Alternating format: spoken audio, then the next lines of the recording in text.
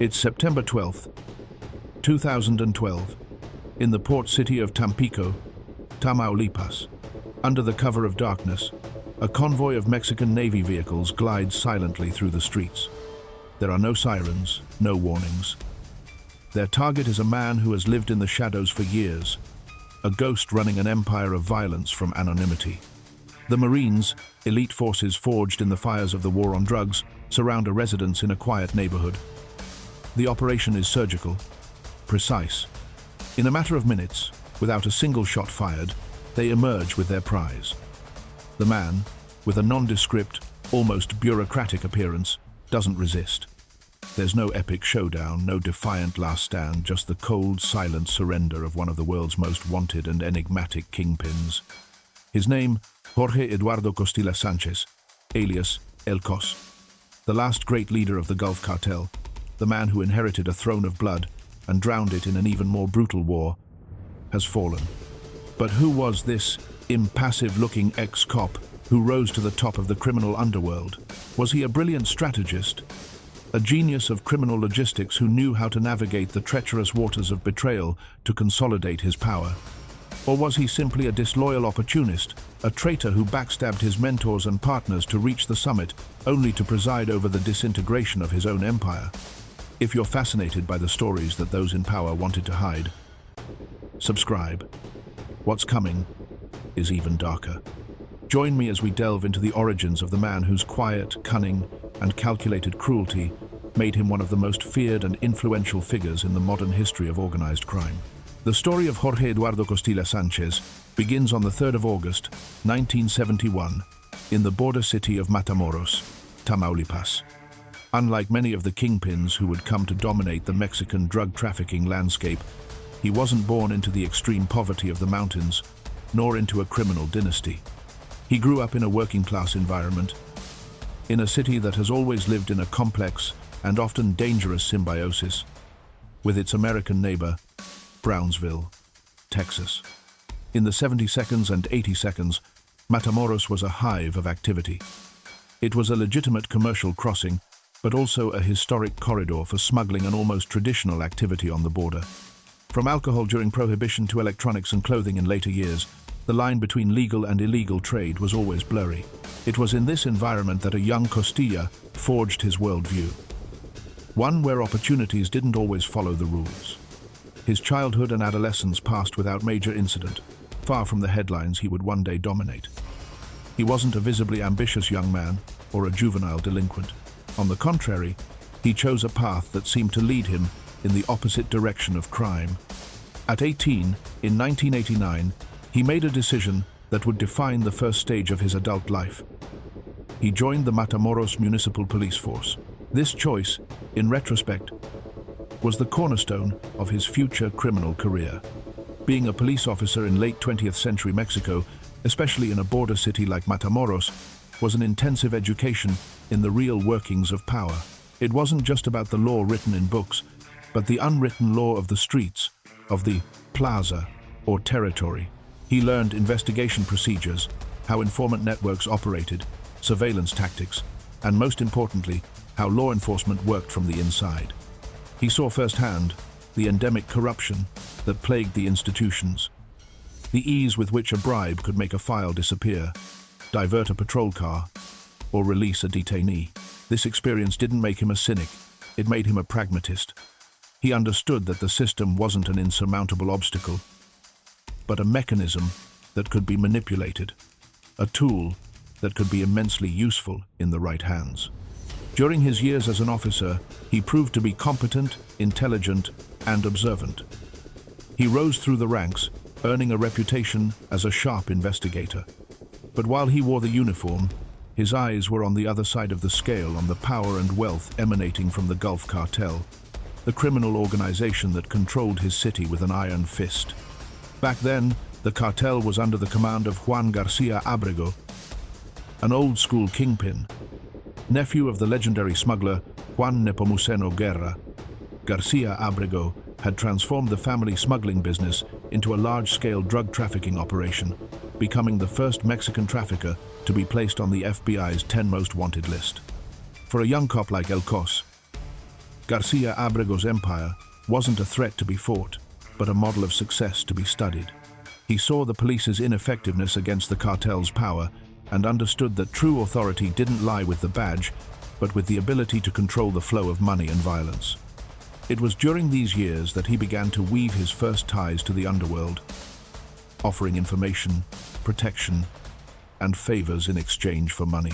The transition from cop to criminal wasn't an abrupt event, but a slow, calculated erosion of his oath, a conscious decision that his future and ambition couldn't be contained by a public servant's salary.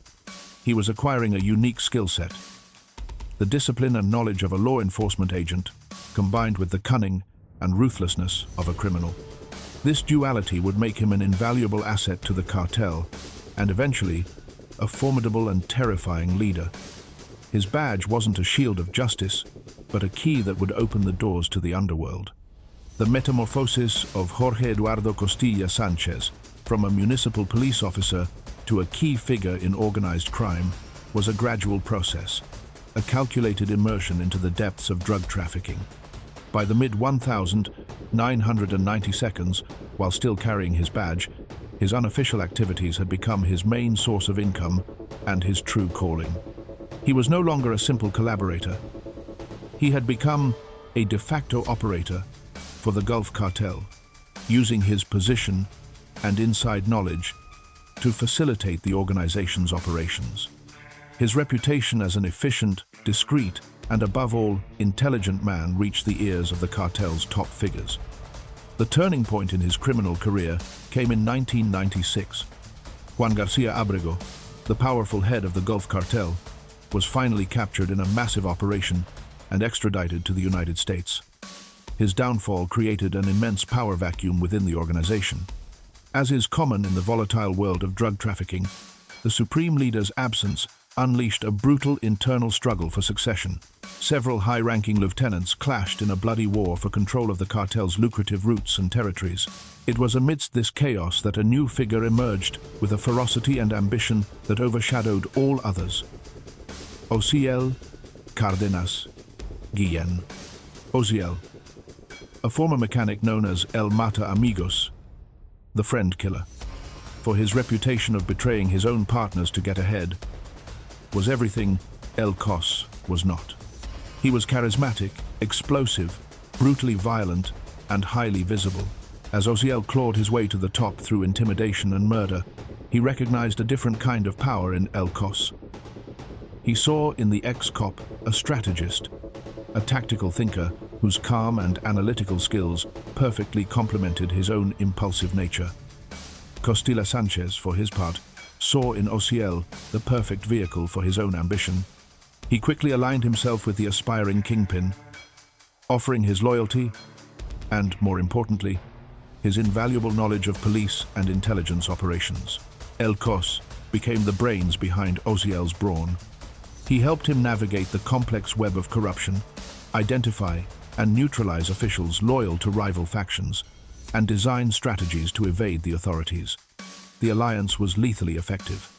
By 1999, Osiel Cárdenas Guillén had eliminated all his rivals and consolidated his position as the undisputed leader of the Gulf Cartel. And at his side, as his top lieutenant, advisor, and head of security, was Jorge Eduardo Costilla Sánchez.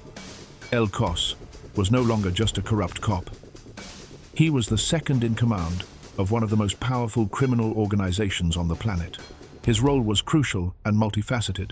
He not only managed the logistics of massive cocaine and marijuana shipments to the United States, but he was also the architect of the cartel's vast corruption network, handling bribes to politicians, judges, and high-ranking police and military officials. His past as a police officer gave him a unique advantage. He knew exactly who to pressure, who to buy, and how to exploit the weaknesses of the system he had once sworn to defend. His rise was notable for its discretion. Unlike other narcos who flaunted their wealth with extravagant mansions and luxury cars, El Coss maintained a low, almost invisible profile. He preferred to operate from the shadows, pulling the strings, analyzing information, and making strategic decisions that strengthened Osiel's empire. He was the perfect consigliere, the silent power behind the throne. This ability to stay off the radar not only protected him from the authorities, but also allowed him to observe and learn, accumulating power and influence, while the spotlight remained on his much more notorious and flamboyant boss. His loyalty to Oziel seemed absolute, but in the world of drug trafficking, loyalty is a volatile currency. And Coss, a master of the long game, was patiently building his own capital, waiting for the moment the power structure would shift again. In the late 1992s and early 2000s, the Gulf Cartel, under the leadership of Oziel Cardenas Guillen and the strategic direction of Coss, reached the zenith of its power. It became a criminal organization with a global reach, controlling vast territories in northeastern Mexico and operating a sophisticated logistics network that flooded the United States with narcotics. However, their dominance was not without challenges. Competition from other cartels like Juarez and Tijuana, and growing pressure from Mexican and U.S. authorities forced Oziel and Coss to innovate in how they protected their empire. It was this need for a superior security force that led to the creation of one of the most terrifying and bloodthirsty entities in the history of organized crime, Los Zetas. The idea, conceived by Oziel and executed with the logistical expertise of Coss, was simple but revolutionary. Instead of relying on common sicarios recruited from the streets, they decided to form a private army of professionals. They sought out the best deserters from the Mexican Army's elite forces, specifically from the GAF, Grupo Aeromóvil de Fuerzas Especiales, an elite unit trained by experts from the United States and Israel in counterinsurgency, special operations, and intelligence gathering. The first recruit and leader of this new squadron was Arturo Guzmán de Sena, an Army infantry lieutenant who deserted and joined the Gulf Cartel. Adopting the codename Z1, Guzmán de Sena was tasked with recruiting more than 30 of his former comrades, offering them salaries and benefits the Mexican government couldn't even dream of matching. Coss was instrumental in structuring and deploying this new force.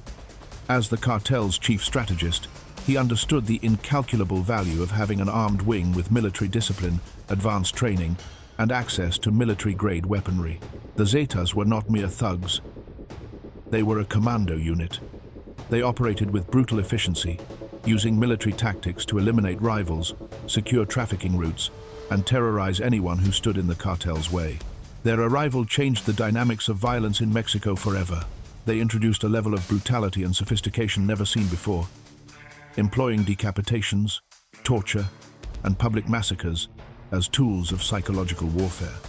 Under the supervision of Coss, the Zetas became the backbone of the Gulf Cartel's power.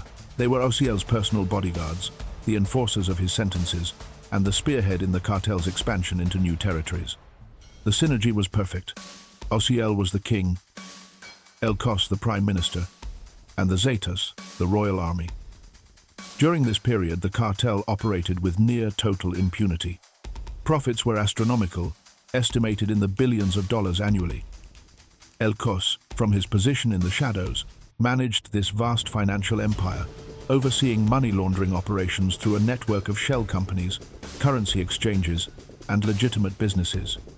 His ability to keep the money flowing, clean and steady, was as crucial to the cartel's success as the Zetas' violence. This was the golden age of the Gulf Cartel, built on cocaine, corruption, and unprecedented militarized violence. Coss, the ex-cop from Matamoros, had become the silent architect of this narco-state. He had helped create a monster, a paramilitary force that, while incredibly effective, also possessed an ambition and autonomy that would one day turn against its own creators.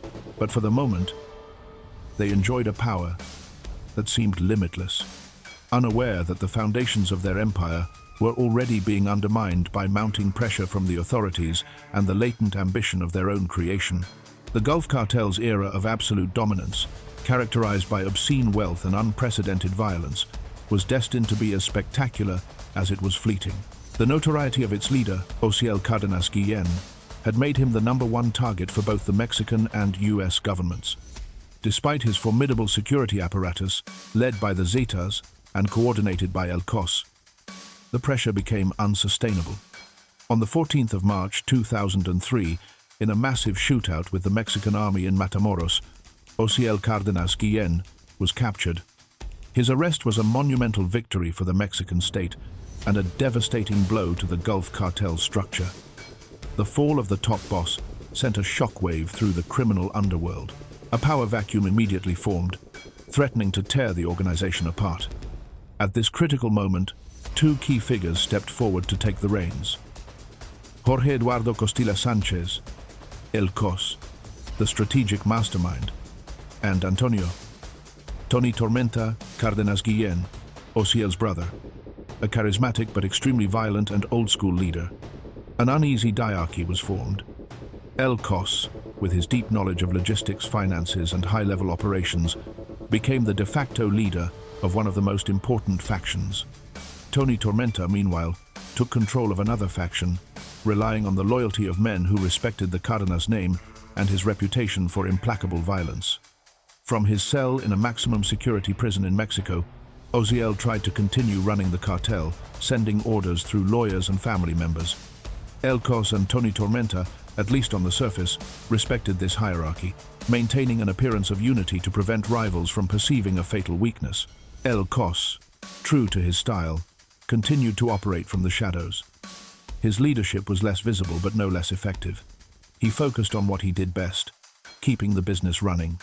He ensured that drug shipments continued to flow north, that key officials remained on the cartel's payroll, and that the vast money laundering operations didn't stop. He was the empire's manager, the one in charge of making sure the machine kept producing profits while the king was behind bars. However, the power dynamics had fundamentally changed. The relationship between El Coss and Tony Tormenta was fraught with tension.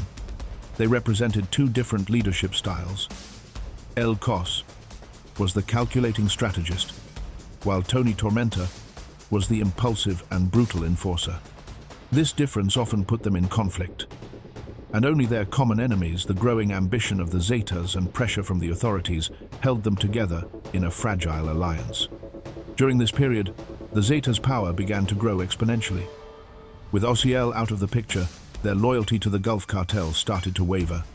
They began to operate more autonomously, carrying out their own extortions, kidnappings, and drug trafficking operations, and keeping an ever larger share of the profits. El Coss and Tony Tormenta found themselves in the difficult position of having to manage their own armed wing, which was rapidly becoming a rival.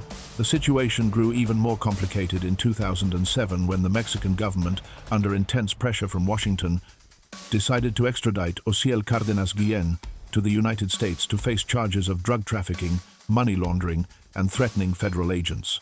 Osiel's extradition was a defining moment. For many observers and members of the cartel itself, this event was not a simple government decision. Suspicions abounded that El Coss, the master of intrigue, had played a role. The theory, never proven but widely circulated, suggests that El Coss secretly negotiated with authorities or, at the very least, did not use the cartel's vast resources to prevent the extradition. His motivation would have been clear. With Osiel permanently out of the way in a U.S. Supermax prison, he would be left as the undisputed heir to the throne, eliminating the last shadow of his former boss. Whether true or not, Osiel's extradition consolidated El Coss's power. Now, he and Tony Tormenta were the supreme and visible leaders of the cartel. The era of the king in the shadows was over. El Coss was now center stage, though he still preferred discretion. He had climbed to the top, but the empire he now commanded was riddled with cracks. With a monster of his own creation, the Zetas about to unleash a war that would redefine the concept of violence in Mexico. Behind every fortune, there's a story no one dares to tell. You already know where to find it. Subscribe for more. El Coss had won the throne, but he was about to discover that reigning over a decaying empire was a much bloodier task than building one. With Osiel Cárdenas Guillén sentenced and imprisoned in the United States, the fragile diarchy between El Coss and Tony Tormenta became the sole leadership structure of the Gulf Cartel. However, the greatest threat to their reign came not from rival cartels or law enforcement, but from the very organization they had created to be their sword and shield, Los Zetas. Over the years, the Zetas had evolved under leaders like Heriberto Lascano, El Lasca, Z3, and the brothers Miguel Angel and Omar Treviño Morales, Z40 and Z42. They had transformed from a simple armed wing into a sophisticated criminal organization with its own ambitions, territories, and revenue streams. They were no longer content to be employees of the Gulf Cartel. They saw themselves as equals, if not superiors, in terms of military power and the capacity to generate terror. Tension between the two groups had been mounting for years, marked by disputes over control of territories and the division of profits. El Coss and Tony Tormenta, aware of the Zetas' power, tried to keep the alliance afloat, but the relationship had become unsustainable. The breaking point, the spark that lit the flame, occurred in late 2009, the city of Reynosa, Tamaulipas. A Gulf Cartel commander, Samuel Flores Borrego, alias El Metro 3, allegedly ordered the kidnapping and murder of a high-ranking Zetas operative nicknamed El Concorde 3. The exact reason for the murder is still debated, but it's believed to have been over a personal dispute or a struggle for local control. The Zetas, enraged by what they considered an unacceptable betrayal and lack of respect, demanded that the Gulf Cartel hand over the person responsible. Heriberto Lascano gave El Coss and Tony Tormenta an ultimatum: hand over Flores Borrego, or it's war. The decision the Gulf leaders faced was monumental. Handing over one of their own key commanders would have been seen as an act of extreme weakness, fatally eroding their authority within their own organization. On the other hand, defying the Zetas meant unleashing an all-out war against the most feared and sadistic criminal army in Mexico. El Coss and Tony Tormenta chose defiance. They refused to give up their man, and in February 2010, the split became official and violent. What followed was one of the most savage and atrocious wars in the history of organized crime. The conflict wasn't a series of isolated clashes. It was a total war for control of northeastern Mexico. The states of Tamaulipas, Nuevo León, and Coahuila became a battlefield.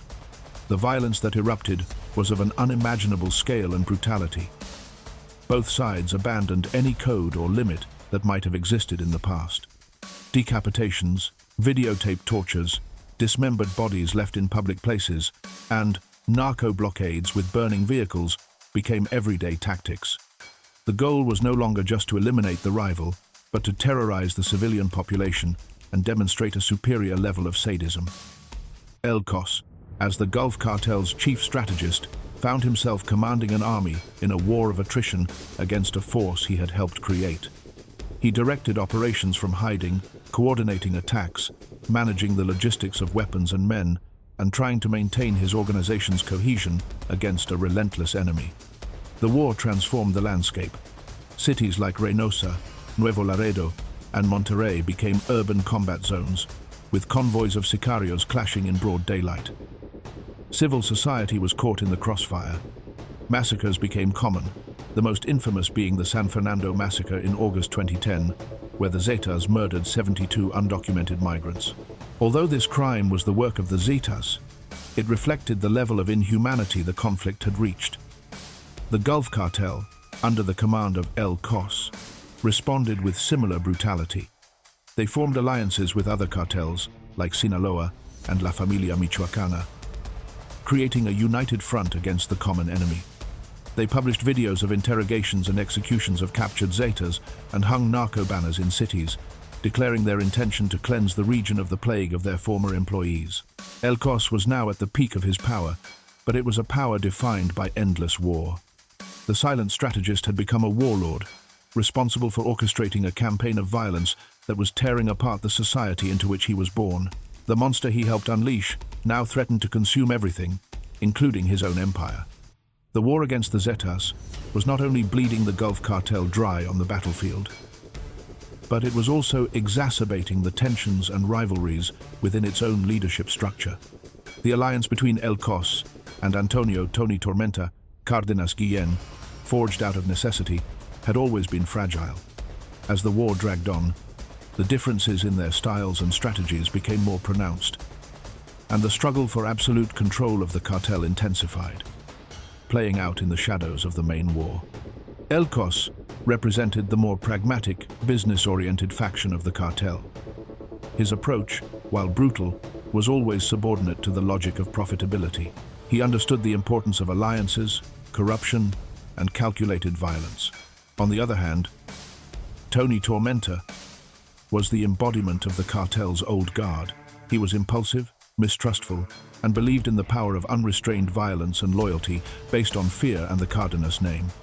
This ideological divide created two main factions within the cartel: Los Rojos, loyal to the Cardenas family, and Los Metros, a newer, more pragmatic faction that saw El Coss as its natural leader.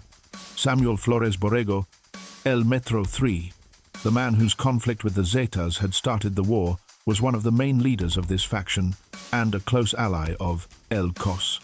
While they fought side by side against the Zetas, both factions also competed for control of the most lucrative territories, like Reynosa and Matamoros.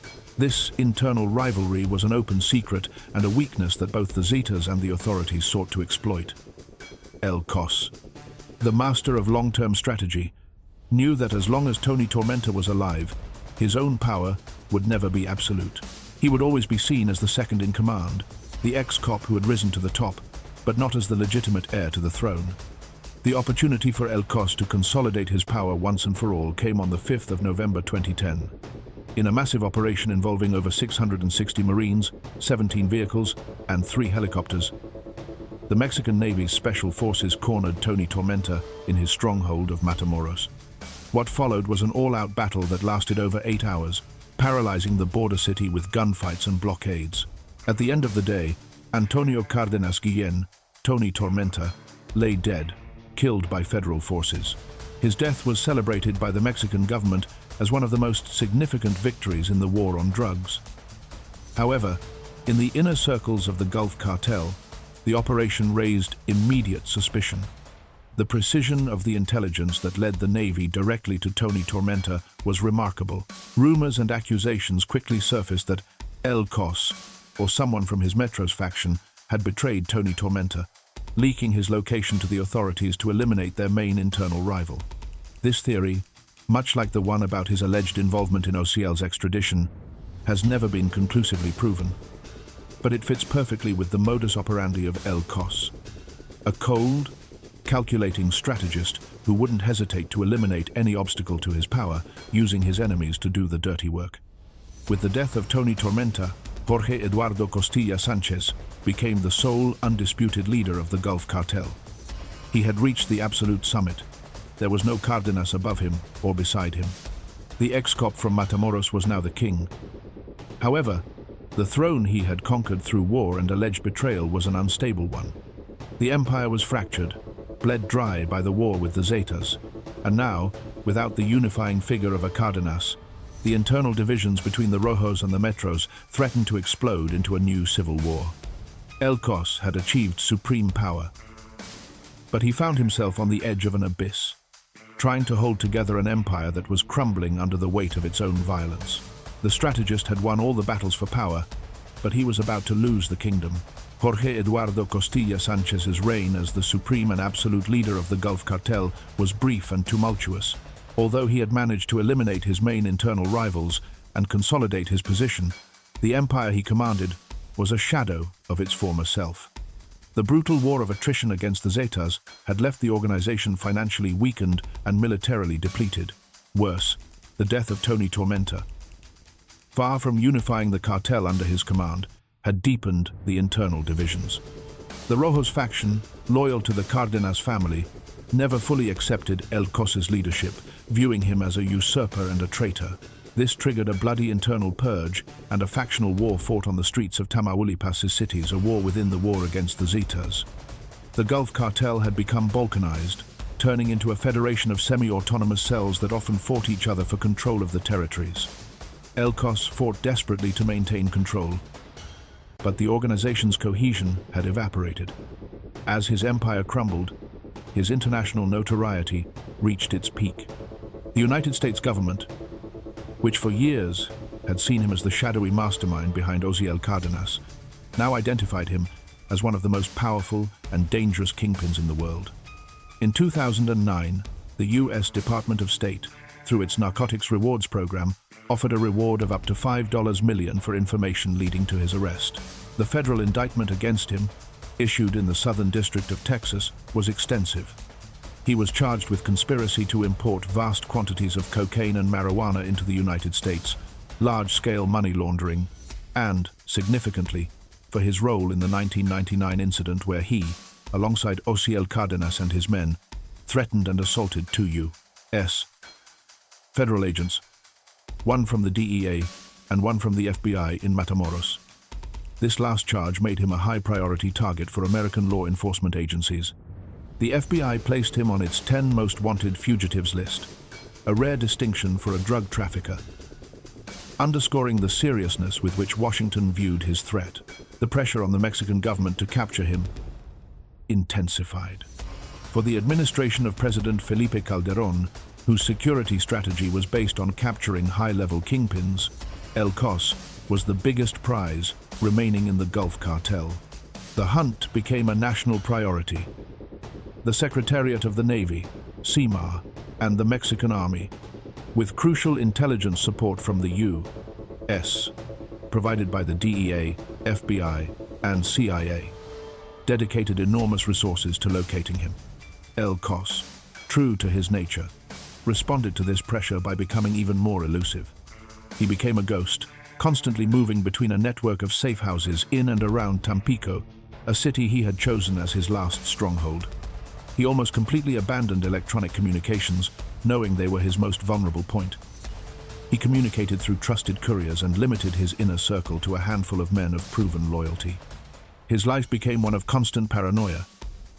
The man who controlled a multi-billion-dollar empire could not enjoy his wealth. He lived like a fugitive trapped in a golden cage, aware that with each passing day, the net was closing in a little tighter around him. Mexican authorities, using U.S. intelligence, began to dismantle his protection circle piece by piece. Throughout 2011 and 2012, several of his key lieutenants and financial operators were captured. Each arrest provided a new piece of the puzzle, revealing details about his movements, his hideouts, and his security network.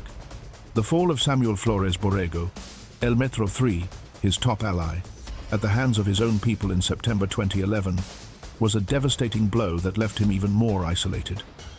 The end was near. The intelligence machinery of two nations was focused on a single target, and it was only a matter of time before the silent strategist made a mistake or ran out of places to hide. The hunt was reaching its inevitable conclusion. The noose around Jorge Eduardo Costilla Sánchez tightened inexorably during the first months of 2012. The collaboration between Mexican and U.S. intelligence agencies had reached an unprecedented level of efficiency. Through electronic surveillance, informant tracking, and analysis of data from captured lieutenants, authorities began to paint an increasingly clear picture of the kingpin's location and routines. They knew his base of operations had moved to the metropolitan area of Tampico, Madero, and Altamira on the coast of Tamaulipas. This region, a major port and industrial hub, offered him the anonymity of a large city and the territorial control his faction of the cartel still wielded. However, this last bastion was becoming his trap.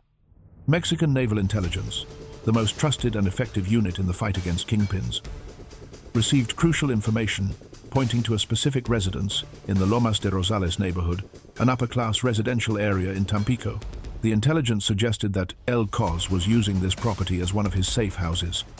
For weeks, the Navy set up discreet surveillance on the property. Using high-tech equipment and field agents, they monitored every movement, confirming the presence of vehicles and personnel associated with the kingpin's inner circle. The final piece of the puzzle came when intelligence confirmed that Costilla Sánchez himself would be at the house on a specific date. With the location confirmed, the Navy planned the capture operation with military secrecy and precision. The mission was designated high risk, but the objective was clear.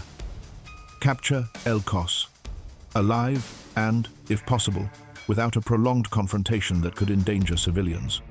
An elite unit of Navy Special Forces, veterans of countless battles against the narcos, was chosen to carry out the raid. On the afternoon of the 12th of September 2012, the operation was launched. Under the cover of dusk, a team of approximately 30 Marines deployed rapidly in the area. They sealed off the surrounding streets to prevent any escape attempt or the arrival of cartel reinforcements. The approach was swift and silent. Before the lookouts at the house could sound the alarm, the Marines were at the door. The entry was explosive.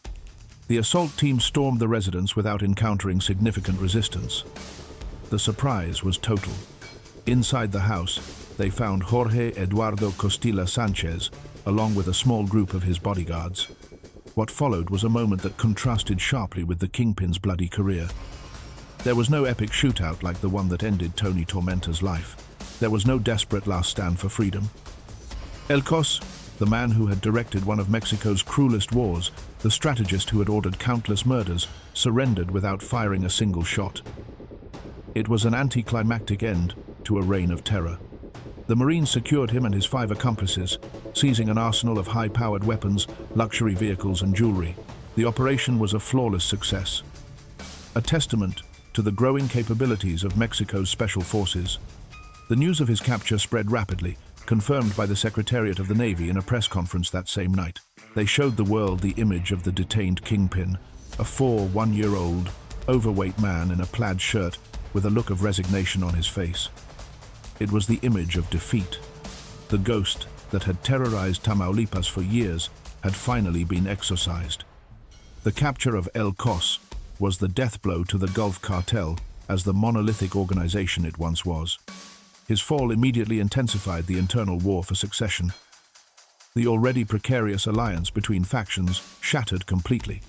The cartel fragmented into a multitude of smaller, violent groups like Los Ciclones, Los Escorpiones, and factions of Los Metros and Los Rojos, who began to fight each other for the spoils of the empire.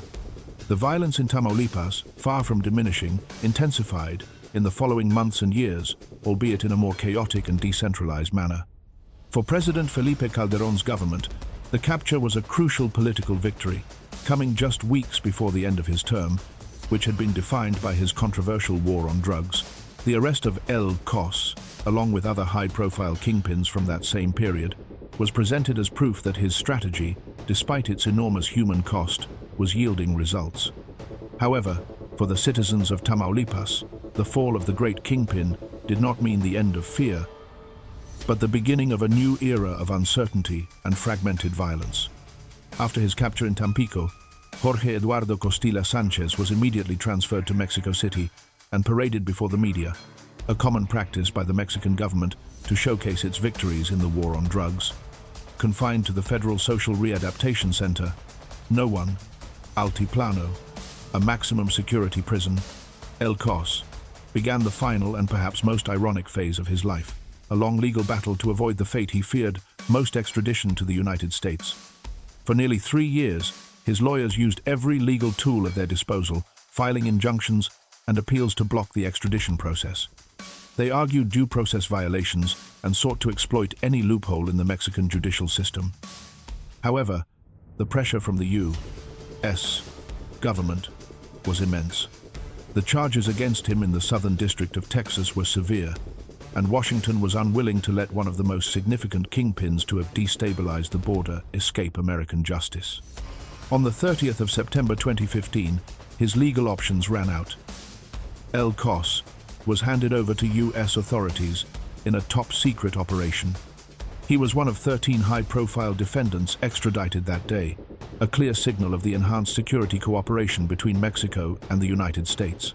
His arrival on U.S. soil marked the beginning of the end of his story. He was no longer a powerful kingpin who could corrupt or intimidate the system. He was just another defendant in the U.S. federal justice system, a system designed to be immune to the influence of money and fear that he had wielded so masterfully in Mexico.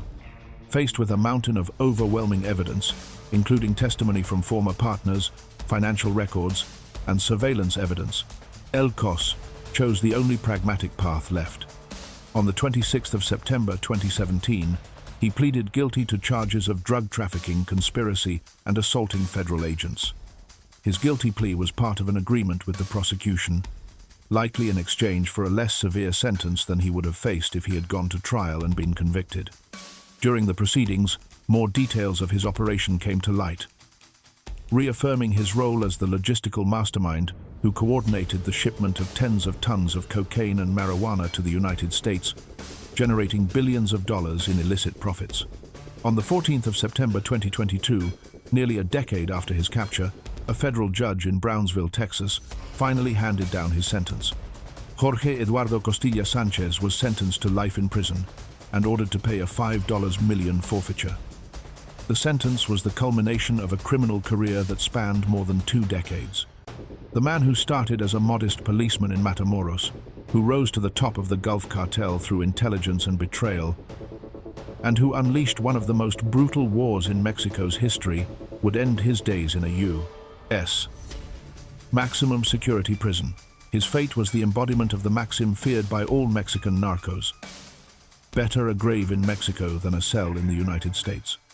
The story of El Coss is a complex chronicle of ambition, strategy, and brutality.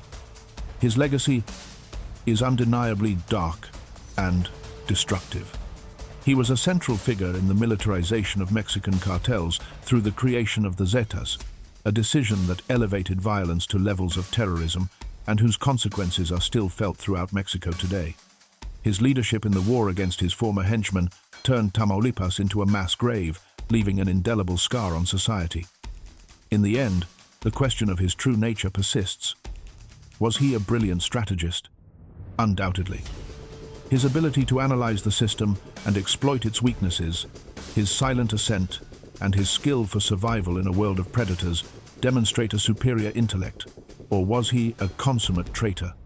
The circumstantial evidence suggests he did not hesitate to facilitate the downfall of his own bosses and partners, like Osiel Cardenas and Tony Tormenta, to secure his own rise.